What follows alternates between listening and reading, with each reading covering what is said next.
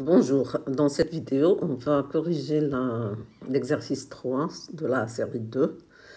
Alors, c'est l'énoncé que vous voyez sous les yeux. Donc, on nous donne deux sous-ensembles de R3. La première question nous demande de montrer que ce sont des sous-espaces vectoriels de R3. Et à la deuxième, on nous demande de voir si la somme F plus G est directe.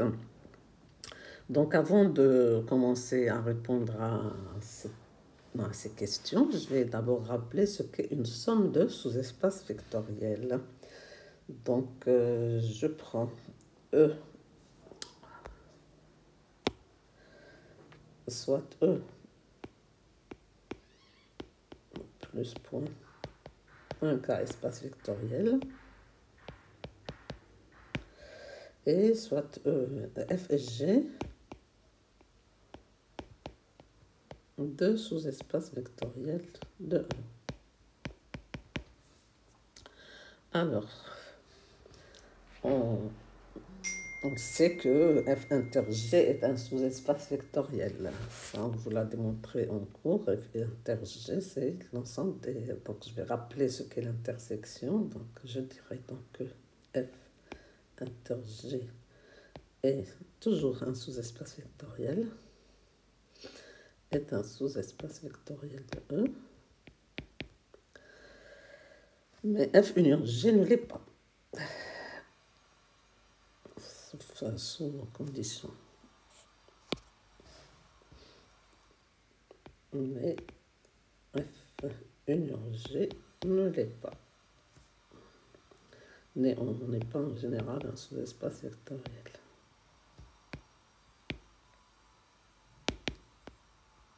Un sous-espace vectoriel. Alors, je rappelle ce que c'est que F inter G. Je dirais que E appartient à F. Donc, je redéfinis. E appartient à F inter G. Ça équivaut logiquement à E appartient à F et E appartient à G.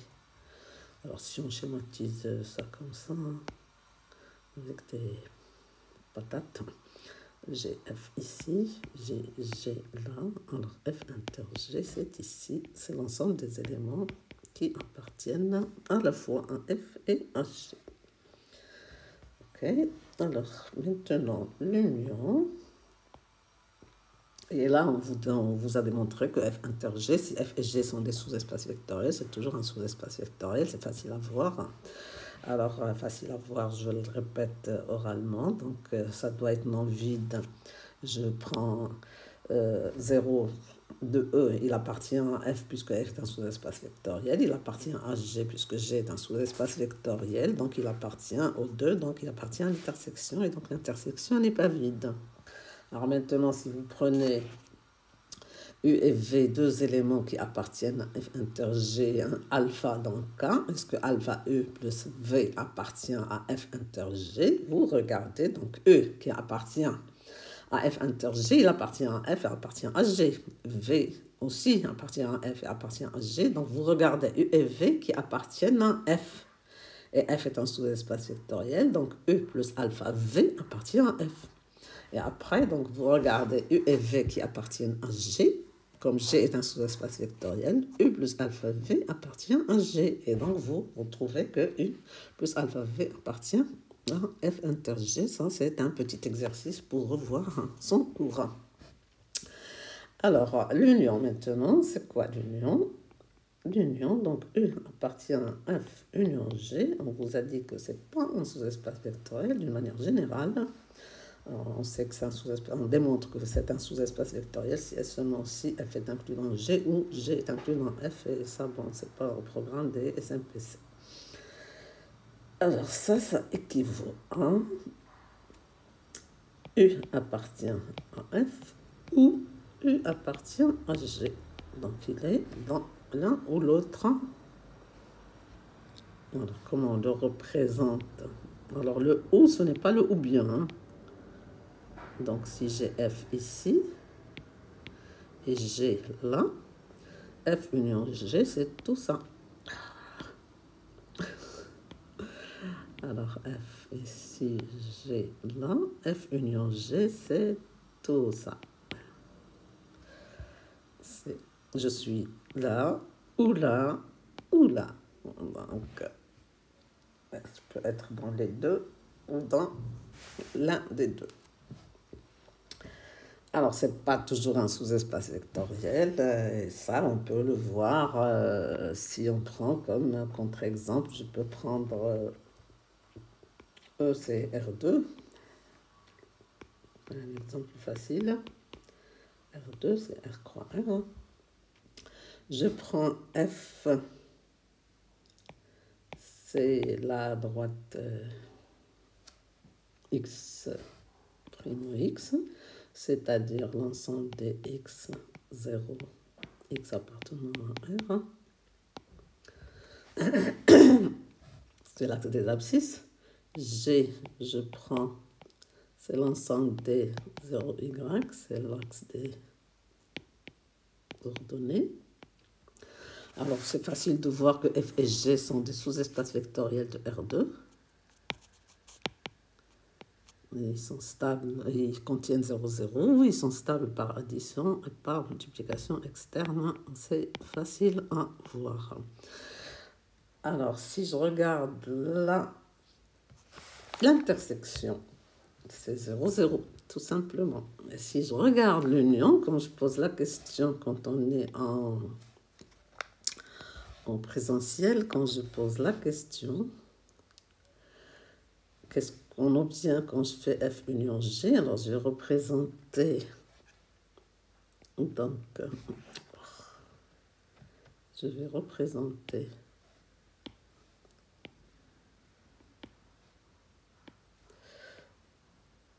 pourquoi ça n'écrit pas? Je vais représenter, ça c'est R2, donc j'ai 0. J'ai ici ici j'ai F, là j'ai G. Quand je fais F union G, je pose la question, qu'est-ce que ça donne? Alors, j'ai au moins une personne qui me dit on obtient R2. Non, on n'obtient pas R2. F union G, c'est uniquement l'union des deux axes, tout simplement. Parce que mon élément doit s'écrire X0 ou 0Y. Alors, si je prends un point ici, dans R2, ben, il n'appartient pas, cet élément-là n'appartient ni à E, ni à F. Ni à F, ni à G, je veux dire. Alors, F union G, donc c'est uniquement là, les deux axes. D'accord?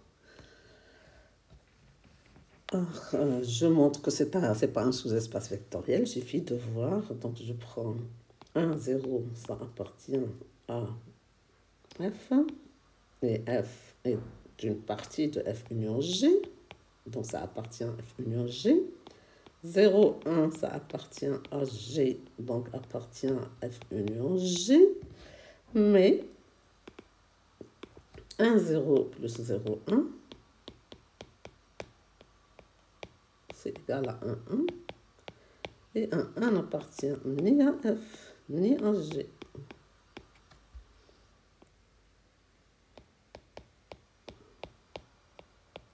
Donc, 1, 1 n'appartient pas à F union G.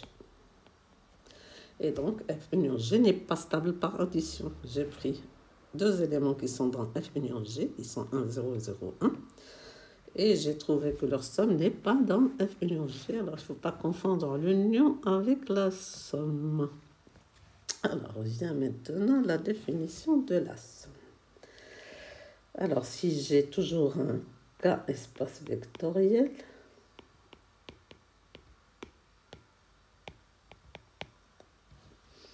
F et G, deux sous-espaces vectoriels de E. Alors, on définit la somme S, qu'on écrit F plus G. Hein. Ce plus, ce n'est pas le plus qu'on a dans les vecteurs ni dans les C'est une définition, on l'appelle plus et c'est tout. F plus G, c'est tout simplement l'ensemble des éléments qui s'écrivent comme somme d'un élément de F et d'un élément de G. Alors, je vais l'écrire, c'est l'ensemble des U plus V, tel que U appartient à F et V appartient à G. Que je peux aussi écrire, c'est l'ensemble des W dans E, tel que il existe un U dans F et un V dans G, tel que W égale U plus V. Donc, c'est l'ensemble des éléments qui peuvent s'écrire sous forme d'une somme de deux vecteurs, l'un dans F et l'autre dans G. Alors, on vous a démontré que cet ensemble-là est un sous-espace vectoriel de E. C'est toujours facile à voir. Donc, j'ai le 0 de E qui appartient à F, puisque F est sous-espace, qui appartient à G, et je sais, d'après les propriétés d'espace vectoriel, que 0 de E plus 0 de E, ça donne 0 de E. Donc, mon 0 de E s'écrit 0 de F plus 0 de G. 0 de F, c'est le 0 de E. Et 0 de G, c'est 0 de E, n'est-ce pas? Donc, S n'est pas vide. Et puis, si je prends W1 et W2 dans S, dans la somme, alors W1 s'écrira U1 plus V1, W2 s'écrira U2 plus V2, et donc quand je fais la somme, j'aurai W1 plus W2 qui s'écrira U1 plus V1 plus U2 plus V2. Et d'après les propriétés, plutôt les axiomes, les propriétés de l'addition dans l'espace vectoriel, je peux, donc j'ai la commutativité, j'ai l'associativité, je peux déplacer le U2 à côté du U1 et le V2 à côté de V1. Donc j'obtiens U1 plus U2 plus V1 plus V2. Et U1 plus U2 sont dans U1 et U2 dans F, donc U1 plus U2 est dans F. V1 et V2 sont dans G, donc V1 plus V2 est dans G. Et donc, je me retrouve avec un élément qui s'écrit grand E plus grand V, avec grand E dans F et grand V dans G. D'accord? Et donc, je fais la même chose pour le alpha W. Ça fait alpha facteur de E plus V. Et d'après la propriété de la distributivité de la multiplication externe, ça devient alpha E plus alpha V. Donc vous voyez qu'on a besoin de toutes les propriétés de la définition d'un espace vectoriel pour pouvoir circuler, pour pouvoir bouger dans F plus G. Et donc, j'aurai alpha E qui appartient à F et alpha V qui appartient à G. Et donc, ça devient un élément de F plus G. Donc, ça, c'est la démonstration. Je la dis rapidement. Et voilà. Donc, on dira. Donc, là, c'est un sous-espace vectoriel.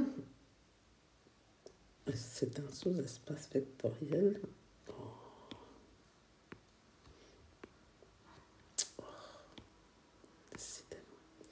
S est un sous-espace vectoriel de E appelé somme de F et G. Appelé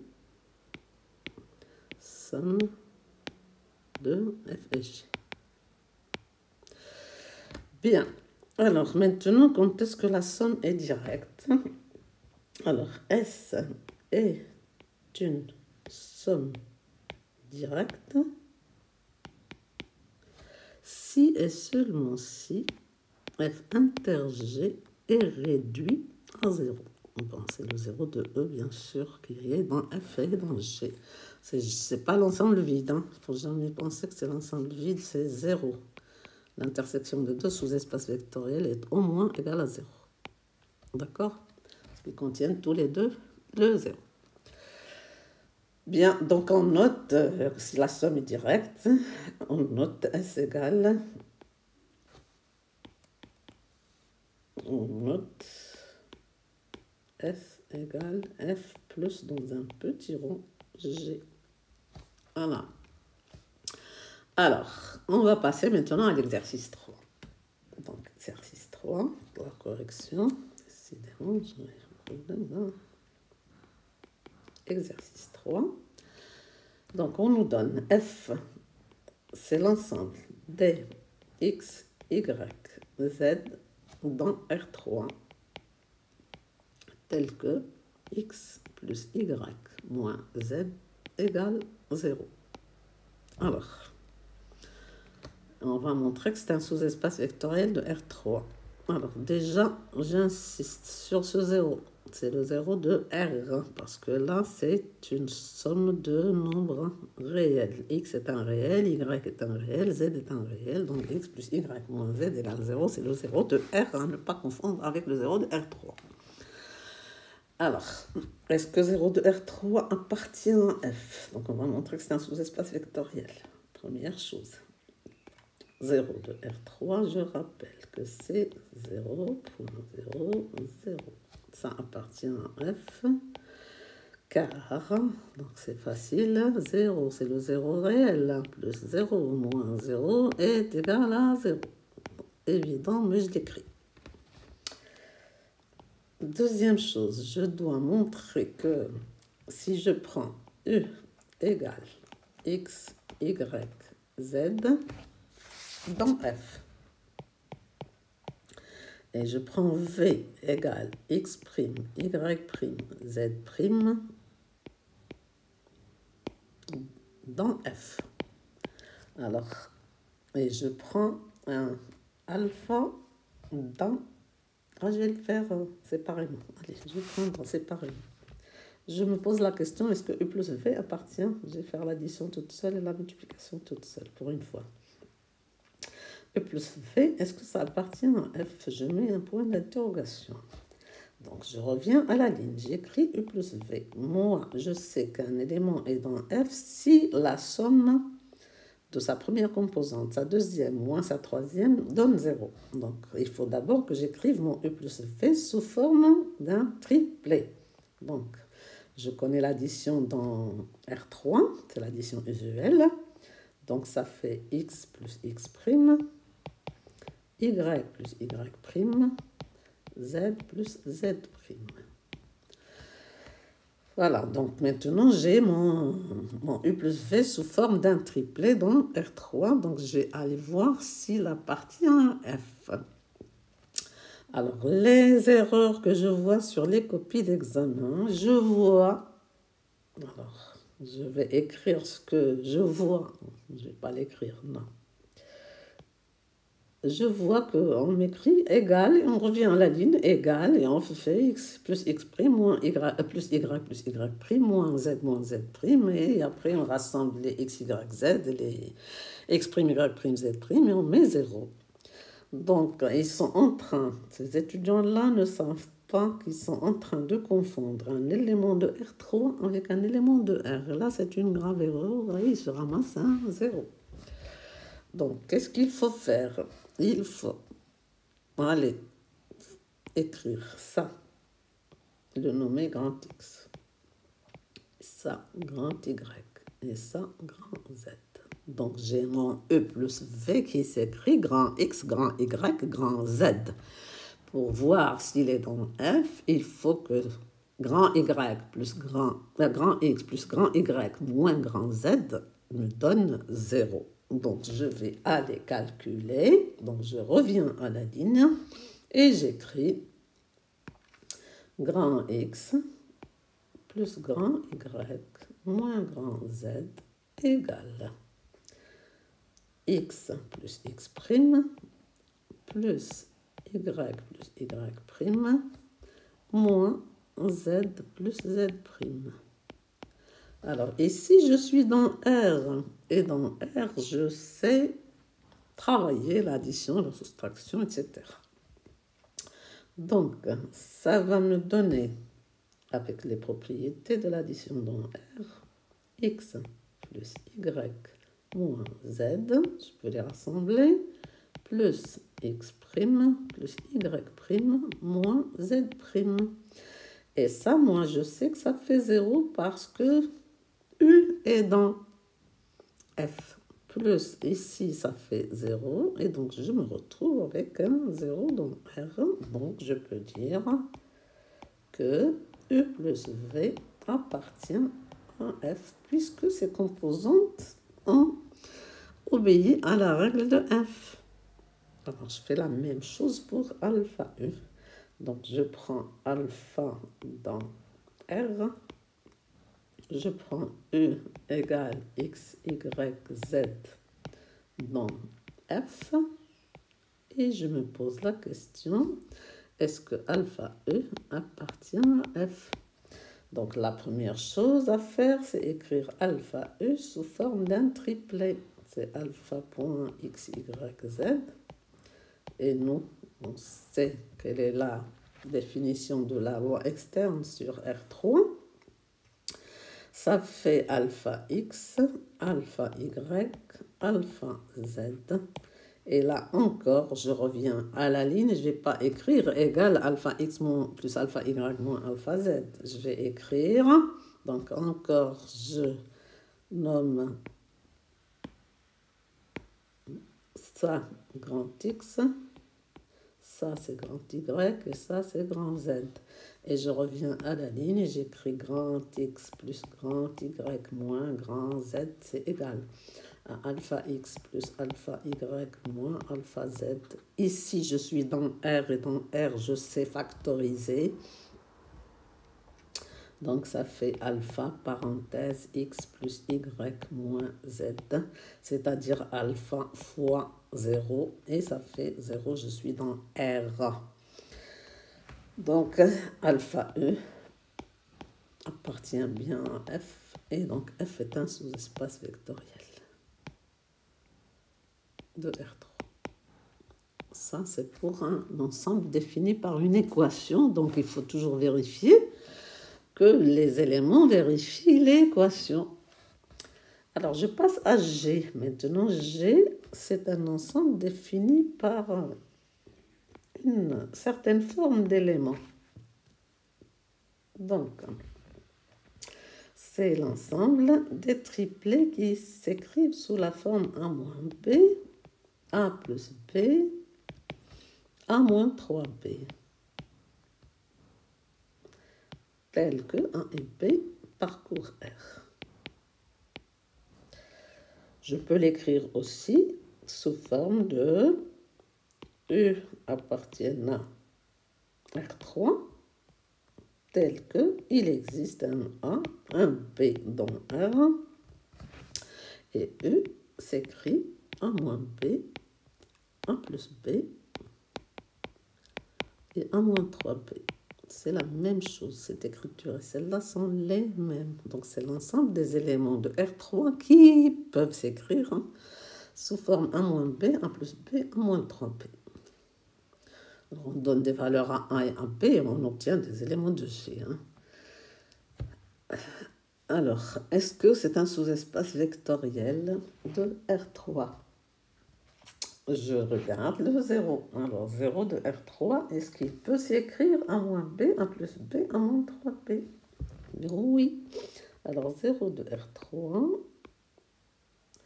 appartient à G, car 0, 0, 0, c'est-à-dire 0 de R3, s'écrit 0 moins 0, 0 plus 0, et 0 moins 3 fois 0.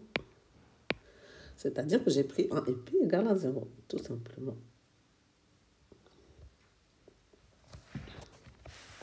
D'accord? Je vais rectifier ce bout-là. Voilà.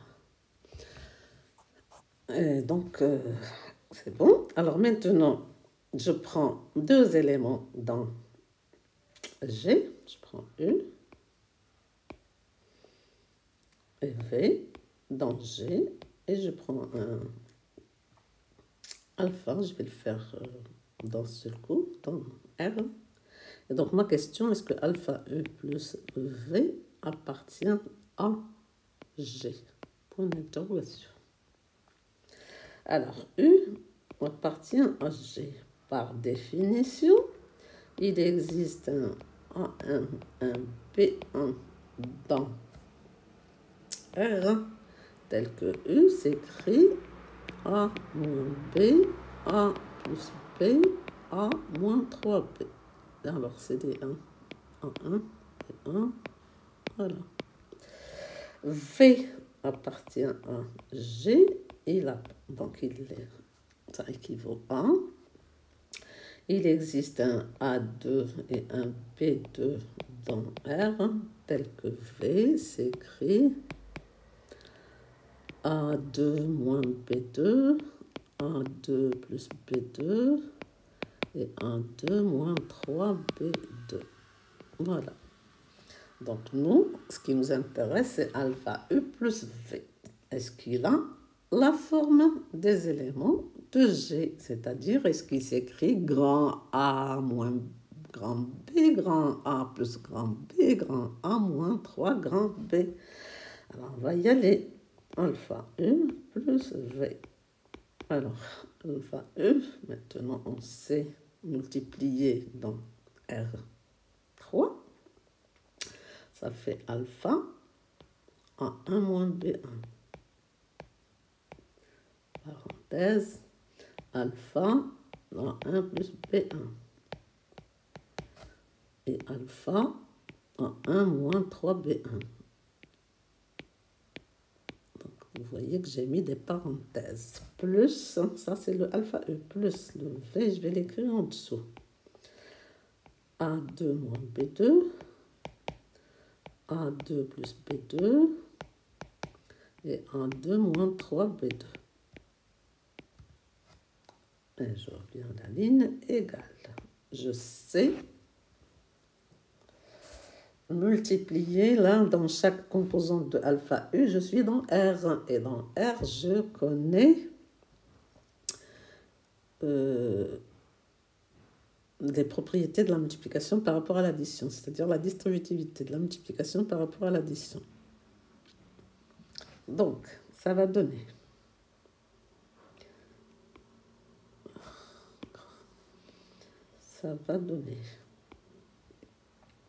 alpha A1 moins alpha B1. Alpha A1 plus alpha B1. Alpha A1 moins 3 alpha B1. Plus, là c'est la même chose. Pour V, rien ne change. A2 plus B2 et A2 moins 3B2. Voilà, là j'ai deux couples dans R3 et je sais additionner dans R3. Donc ça va donner. Je vais essayer de tout écrire sur une ligne. Je crois que je vais me déplacer là. Je vais écrire ici égal pour avoir un peu plus d'espace. Donc ça va faire alpha A1 moins alpha B1 plus A2 moins B2, point virgule. Alpha A1 plus alpha B1 plus A2 plus B2, point virgule. Donc j'additionne selon la règle dans R3. Alpha A1 moins 3 alpha B1 plus A2 moins 3 B2. Voilà, j'y suis arrivé. Égal. Alors, qu'est-ce que je peux mettre ensemble? Des éléments qui contiennent des moins. Je vais essayer de rassembler. Donc là, je suis dans chaque composante, je suis dans R, et dans R, j'ai toutes les propriétés de l'addition. Donc, je peux déplacer des éléments côté d'autres. Des termes. Alors, alpha 1 plus A2, moins, je mets parenthèse, alpha B1 plus B2. Point virgule. Alpha A1 plus A2 plus alpha B1 plus B2. On voit apparaître les éléments. Donc là, alpha A1 plus A2 moins 3 alpha B1 plus B2. Et là, je n'ai qu'à repérer mes éléments. Je vois des éléments qui se répètent. Donc là, si j'appelle ça grand A et ça grand B, qu'est-ce que j'obtiens? J'obtiens un élément de la forme grand A moins grand B, grand A plus grand B, et grand A moins 3 grand B. Et ça, c'est un élément de G. Donc, appartient à G. Donc, alpha U plus V appartient à G. Puisqu'il a la forme des éléments de G. Là, c'est une histoire de forme d'éléments. Grand F, c'est une histoire d'équation. Donc, on vérifie que les éléments, on vérifie l'équation. Et là, c'est une histoire de forme. On verra une autre solution de cet exercice 3 quand on parlera de sous-espace vectoriel engendré par une partie. On peut refaire le même exercice d'une autre manière.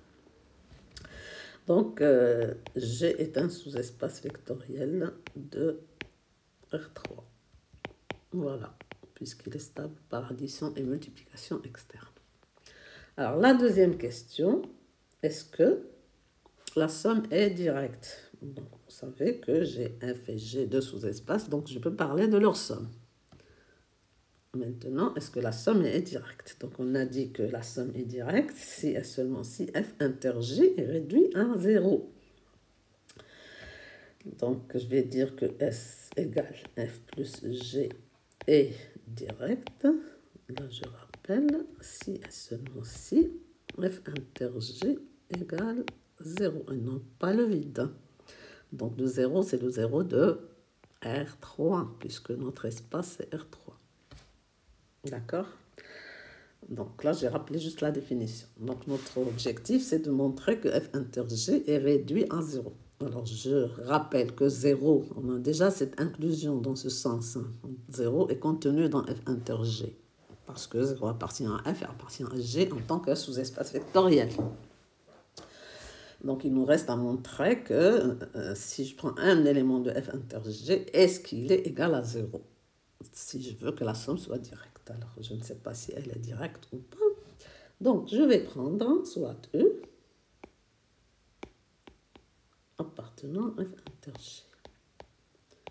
Donc, la question, est-ce que E égale 0 de R3? Ça, c'est la question à laquelle on va essayer de répondre.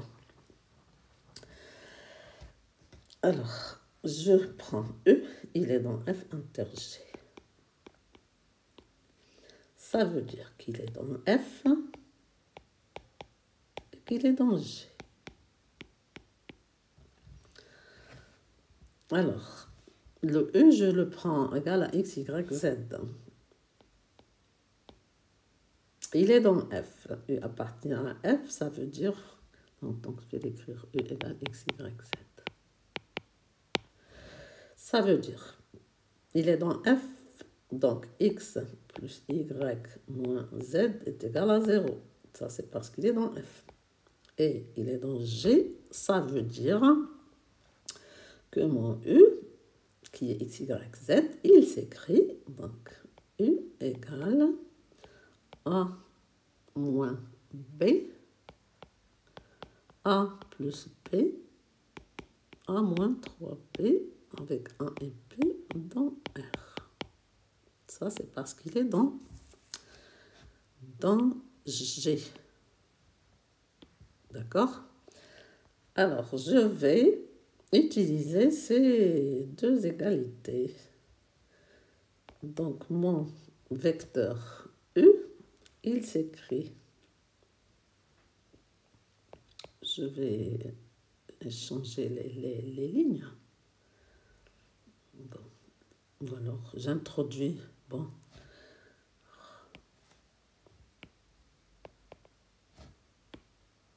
J'introduis le x plus y moins z parce que mon x c'est a moins b, mon y c'est a plus b, mon z c'est a moins b. Donc ça devient, la première équation devient a moins b, ça c'est mon x. Mon y c'est a plus b. Et mon Z, qu'est-ce que j'ai fait encore? Et mon Z, c'est A moins 3P. Égale 0, avec U qui est A moins B, 1 plus B, et A moins 3B. D'accord? Avec A et P dans R. Qu'est-ce que ça me donne? La première égalité, A moins B plus A plus B moins A moins 3B. Donc le A moins A disparaît. Il me reste un A. J'ai moins B plus B qui disparaît. Il me reste plus 3B égale 0. Et U qui est toujours A moins B, A plus B et A moins 3B. Avec A et B dans R. Qui équivaut à. Alors, A égale moins 3B. Donc déjà, j'ai une écriture paramétrique. J'ai un paramètre. Et donc, si A égale moins 3B, mon U, qu'est-ce qu'il devient?